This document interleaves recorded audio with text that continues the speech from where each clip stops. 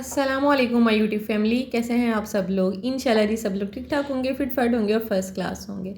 तो जैसा कि आप लोगों को पता ही है कि जब भी हम किसी रेस्टोरेंट में जाते हैं, आप लोगों ने भी ऑब्ज़र्व किया होगा कि मुगलाई हंडी, शाहजहानी हंडी, नूरजहाँ हंडी, मतलब इस टाइप की जितनी भी हंडियाँ होती है उसका ये कॉन्सेप्ट है कि ढेर सारे ड्राई नट्स डाल दो और क्रीम डाल दो और दैट्स सा मतलब कि जनाब सा मुगलाई हंडी या मुगलाई कढ़ाई। तो आज मैं आप लोगों के साथ कोशिश करूँगी कि आप लोगों के साथ 100% ऑथेंटिक जो मुगलाई हांडी है ना, उसका जो एक कॉन्सेप्ट है वो आप लोगों का क्लियर हो।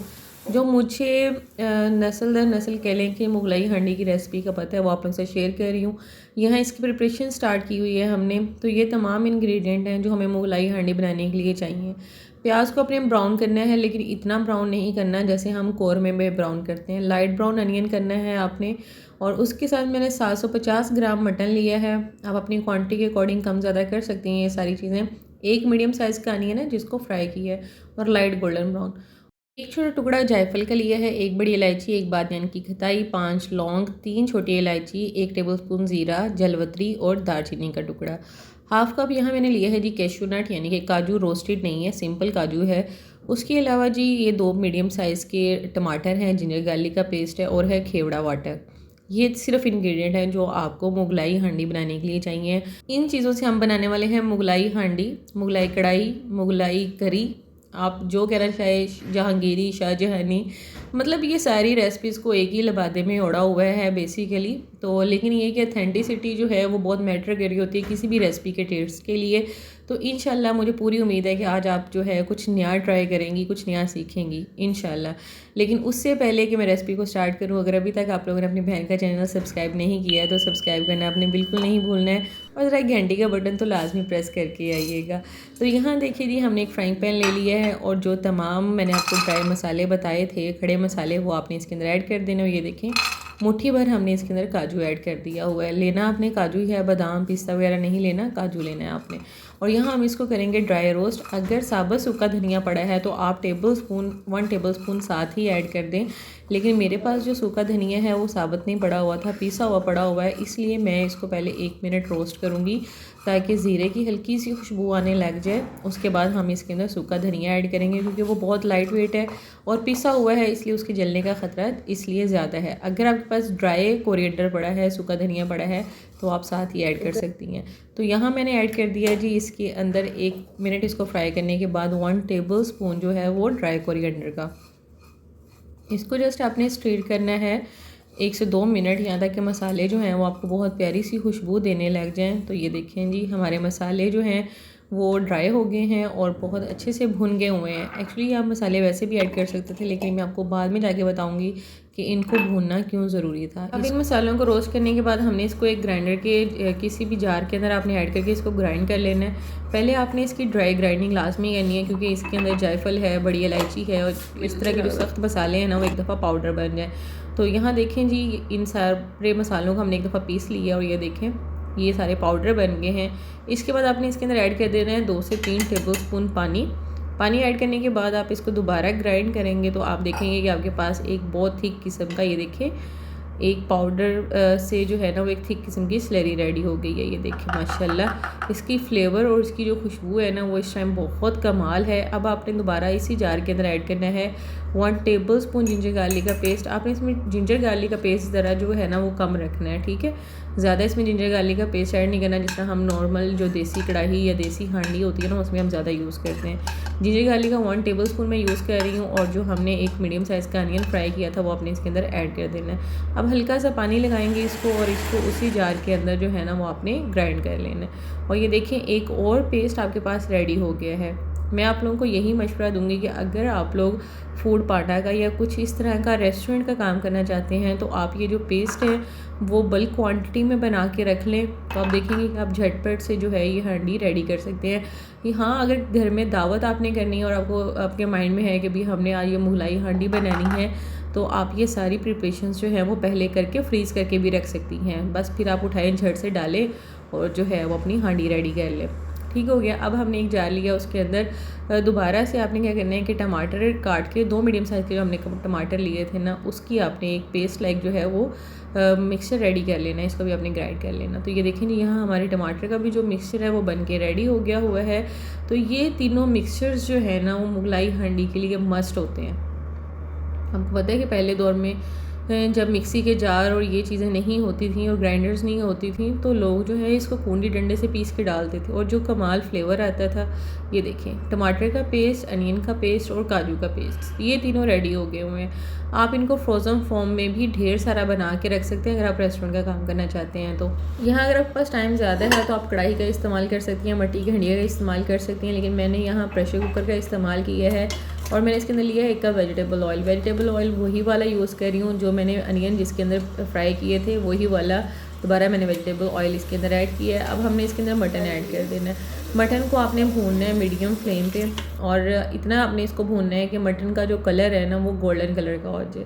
ठीक है, आप उसे देखेंगे कि मटन का जो फ्लेवर है ना वो बहुत ज़्यादा इन्हेंस होगा तलने के बाद। ठीक है, आपने इस स्टेप को जो है ना वो बहुत ध्यान से करना है। ध्यान से मुराद ये कि जल्दबाजी नहीं करनी, कम से कम आपको 10 मिनट लगेंगे मीडियम फ्लेम पे जो है वो मटन को गोल्डन ब्राउन करते हुए। तो आज की जो हंडिया है ना, आप यकीन मानें कि अगर आप किसी दावत के लिए बनाने वाली हैं ना तो आप छा जाएंगे। आज से पहले आपने जितनी हंडिया ट्राई की होंगी उन सब में से बेस्ट रिज़ल्ट आने वाले हैं। और ये देखें जी, मटन को भूनते हुए पूरे 10 मिनट हो गए हैं और मटन का कलर जो है वो गोल्डन कलर का हो गया है। अगर मेरा कैमरा आपको दिखा सके तो ये देखिए, मटन के ऊपर जो है वो लाइट गोल्डन कलर के जो हैं वो मार्क आने स्टार्ट हो गए हुए हैं, यानी कि मटन हमारा बहुत अच्छे तरीके से भुन गया है। इस स्टेज पे आके आपने इसके अंदर ऐड कर देना है टमाटर का पेस्ट। जो हमने टमाटर का पेस्ट एक बना के रखा था वो आप इसके अंदर ऐड करें। टमाटर का पेस्ट ऐड करने के बाद जो आप नमक मिर्च इसके अंदर डालना चाहेंगी आपने वो डालनी है। यहाँ आपने रेड चिली का इस्तेमाल बिल्कुल नहीं करना, ब्लैक पेपर का इस्तेमाल भी नहीं करना, वरना इस हंडिया का जो फ्लेवर है ना वो नॉर्मल कढ़ाई जैसा फ्लेवर हो जाएगा। ठीक है, ब्लैक और रेड पेपर को आपने बिल्कुल स्किप कर देना है। नमक जस्ट ऐड करना है, 1 टेबल स्पून नमक ऐड कर रही हूँ। अगर आपके घर में स्पाइसी पसंद किया जाता है तो आप 2 ग्रीन चिलीज़ ऐड कर सकते हो। ये देखिए, मैं पेस्ट ऐड कर रही हूँ ग्रीन चिलीज़ का, तकरीबन लगभग 2 ग्रीन चिलीज़ की जितनी इसकी क्वांटिटी है ये हमने इसके अंदर ऐड कर दिया है। आपको बार बार कह रही हूँ कि आपने इसके अंदर हल्दी का, ब्लैक पेपर का, रेड पेपर का बिल्कुल इस्तेमाल नहीं करना है, सिर्फ ग्रीन चिली का आपने पेस्ट ऐड करना है इसके अंदर। तो यहाँ हमने इसको भूनना है कि टमाटर का जो थोड़ा पानी है वो कम हो गया है। जैसे ही टमाटर का पानी कम हुआ है तो हमने इसके अंदर ऐड कर दिया है प्याज का पेस्ट। जो हमने प्याज का और जिंजर गार्लिक का पेस्ट बनाया था वो हमने इसके अंदर ऐड कर देना है। इसको भी हम भूनेंगे क्योंकि लहसुन अदरक जो है वो टोटली कच्चा है। तो आपको पता है अगर लहसुन अदरक और प्याज कच्चा रह जाए हंडिया में तो उसका फ्लेवर बिल्कुल सत्यानाश हो जाता है, उसकी ग्रेवी के अंदर एक अजीब सी हमक रह जाती है। तो प्याज तो हमारे फ्राई थे इसके अंदर, लेकिन जिंजर गार्लिक जो है वो कच्चा है, इसलिए आपने इसको लाजमी फ्राई करना है। इवन कि आपको जिंजर गार्लिक की फ्रेगनेंस आनी स्टार्ट हो जाएगी, मतलब 2 से 3 मिनट आपने इसको लाजमी फ्राई करना है। तो ये देखिए, यहाँ जिंजर गार्लिक को फ्राई होते हुए जो है वो 3 से 4 मिनट हो गए हैं और मसाले का आपको कलर नज़र आ रहा है। अल्हम्दुलिल्लाह माशाल्लाह अभी से हंडिया का कलर इस कदर ज़बरदस्त है कि मुंह में पानी आना स्टार्ट हो गया है। तो अभी हमने इसके अंदर ऐड कर देना है 1 गिलास पानी। मटन को गलाने के लिए जो है वो 1 गिलास पानी जो है वो मोर देन इनफ है। आप ये क्वांटिटी हाफ़ kg कह सकती हैं गिलास की जो है। तो अभी हम इसको ऐड करने के बाद प्रेशर कुकर को बंद कर देंगे पूरे 10 मिनट के लिए। टाइम आपने तब नोट करना होता है अगर आपके पास ऐसा प्रेशर कुकर है, जैसे हम पाकिस्तान में मोस्टली यही प्रेशर कुकर होते हैं।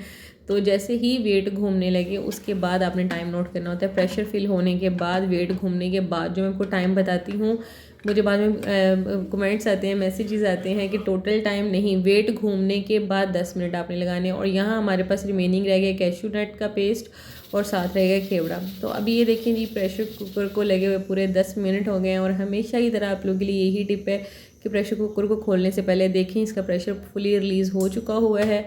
तो ये देखें जी, माशाल्लाह सालन हमारा बेहतरीन किस्म का बन गया हुआ है। और मटन जो है मैं आपको क्या ही बताऊँ यार, ये देखिए ऑयल बिल्कुल छूट गया हुआ है, इसके अंदर पानी बिल्कुल भी नहीं है माशाल्लाह। मतलब इतनी परफेक्ट क्वांटिटी थी इसके अंदर पानी की ना। फ्लेम मैंने बहुत ज़्यादा हाई नहीं किया हुआ था, जितनी आजकल नॉर्मल गैस आ रही है, मीडियम फ्लेम पे था। अब हम इसके अंदर ऐड कर देंगे जी ये अपना कैशू का पेस्ट, जो हमने कैशू नट्स का और ड्राई मसाले जितने भी थे उनका जो पेस्ट बना के रखा हुआ था। और अब आपको पता चला कि मैंने आपको क्यों कहा था कि कैशू को और मसालों को आप लोगों ने लाजमी फ्राई करना है, ड्राई रोस्ट लाजमी करना था, क्योंकि हम इसको बिल्कुल एंड पे डालने वाले हैं। इसलिए आपके मसाले बिल्कुल भी कुक नहीं होने थे, इस वजह से हमने इसको पहले जो है वो ड्राई रोस्ट कर लिया हुआ था। और अभी तक जो हमारे मटन का कलर था ना, वो बिल्कुल मटन रोगने जोश जिस तरह से हम बनाते हैं सेम वैसा कलर आ रहा था, वैसी फ्रेगनेंस आ रही थी।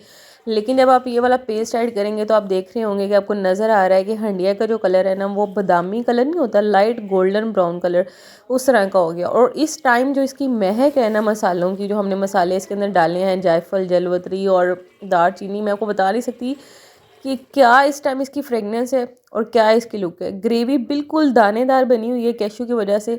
और जब आपने कैशू का पेस्ट ऐड कर देना ना, उसके बाद आपने इसको 1 से 2 मिनट से ज़्यादा कुक नहीं करना है, वरना कैशू जो है वो बर्न होना स्टार्ट हो जाता है और नीचे लगना स्टार्ट हो जाएगा।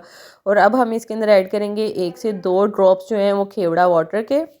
आपको पता ही है कि जो खेवड़ा वाटर है ना, वो खानों को ना एक बहुत कमाल किस्म की फ्रेगनेंस देता है और बिल्कुल आपको फीलिंग आती है कि यार मतलब आप कोई बहुत स्पेशल किस्म की चीज़ खा रहे हो। और वैसे भी इस हंडिया का इस कदर कमाल फ्लेवर है कि मेरे मियाँ खाने के बाद ये कहते हैं कि बेगम ये हंडिया जो है ना, वो आपकी तमाम रेसिपीज़ पे भारी है। यकीन माने इसका इस कदर ज़बरदस्त फ्लेवर है। और जैसा कि मैंने आपको पहले बताया है कि कैशू ऐड करने के बाद आपने जस्ट इसको 2 मिनट से ज़्यादा कुक नहीं करना है, कैशू बर्न हो सकता है। सिर्फ आपने 2 मिनट फ्राई किया और अब हमने कर दिया है हंडिया का फ्लेम ऑफ। और क्या यार, क्या बताऊँ मैं आपको, क्या ज़बरदस्त हंडिया रेडी हुई है, क्या खुशबू है, क्या फ्लेवर है। काश के मैं ना आप लोगों को इसकी फ्रेगनेंस जो है ना वो वीडियो में सुंघा सकती, मतलब यकीन माने इसका तो ज़बरदस्त है। तो आप लोगों ने इस रेसिपी को लाजमी ट्राई करना है और मुझे पूरी उम्मीद है कि इससे पहले इतनी अथेंटिक मटन मुगलाई की आपने रेसिपी नहीं देखी होगी, ना ट्राई की होगी। आपने ट्राई करनी है। ट्राई करने के बाद कमेंट सेक्शन में लाजमी बताया करें जब आप ये कहते हैं ना कि आपकी ये रेसिपी ट्राई की और बड़ी ज़बरदस्त बनी, आप यकीन करें मेरा ढेरों खून बढ़ जाता है। तो अभी हम इसकी कैशू से सर्विंग करेंगे और बेहतरीन किस्म की मटन मुगलाई जो है उसको सर्व करेंगे। तो दोबारा मिलेंगे नई रेसिपीज़ का, नई टिप्स एंड ट्रिक्स के साथ, लेकिन आपने अपनी बहन के चैनल को सब्सक्राइब करना नहीं भूलना है। दोबारा मिलूँगी जी, अल्लाह हाफिज़।